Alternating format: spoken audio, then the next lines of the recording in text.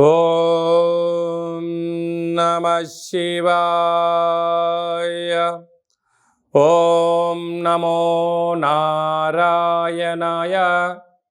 కర్మ నివారణ నరదృష్టి నివారణ కాళభైరవాయ నమో నమః. ఓం సూర్య అరిష్టేతు సంప్రాప్తే సూర్య పూజాంచ కారయేత్. సూర్యధ్యానం ప్రవక్ష్యామి ఆత్మదోషపీడోప ఉపశాంతయే. ఓం హ్రాం హ్రీం రోం సహ సూర్యాయ నమః. హరి ఓం.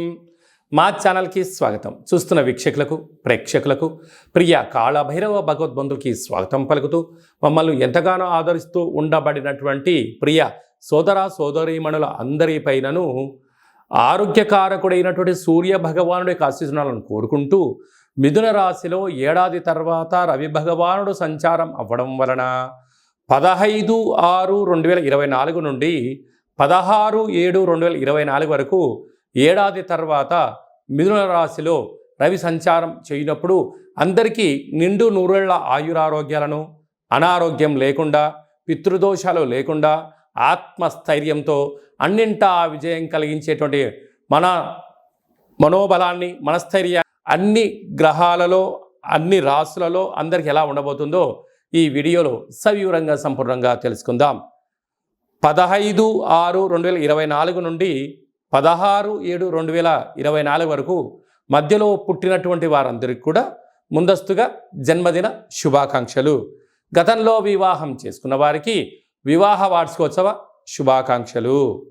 తులారాశి వారికి ఏడాది తర్వాత మిథున రాశిలో రవి భగవానుడు భాగ్యస్థానంలో సంచారం చేయడం వలన వివాహ ప్రయత్నం చేసేవారికి వివాహ ప్రయత్నము, వివాహమైన దంపతులు ఒకరిపైన ఒకరు ప్రేమానురాగాలు అవసరము.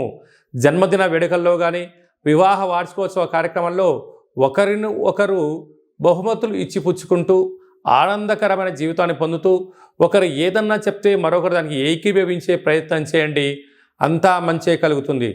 లేని పక్షాన చిన్న చిన్న విభేదాలు, ఆటంకాలు, మనస్పర్ధలు, గొడవలు, పోలీస్ స్టేషన్లు అలాగా దూరమయ్యే పరిస్థితి దాకా తెచ్చుకోవద్దు. కనుక వీలైనంత వరకు ఒకరు ఏదైనా చెప్తే మరొకరు విని సర్దుకపోగలిగితే రాబోయే కాలం అంతా కూడా మంచి కాలమే. గృహమే కదా స్వర్గసీమ అనే పరిస్థితి ఉంటుంది. లేకపోతే గృహంలోనే అనేక రకాల ఆటంకాలు, విభేదాలతో ఇబ్బంది పడతారు అని చెప్పి గమనించాలి.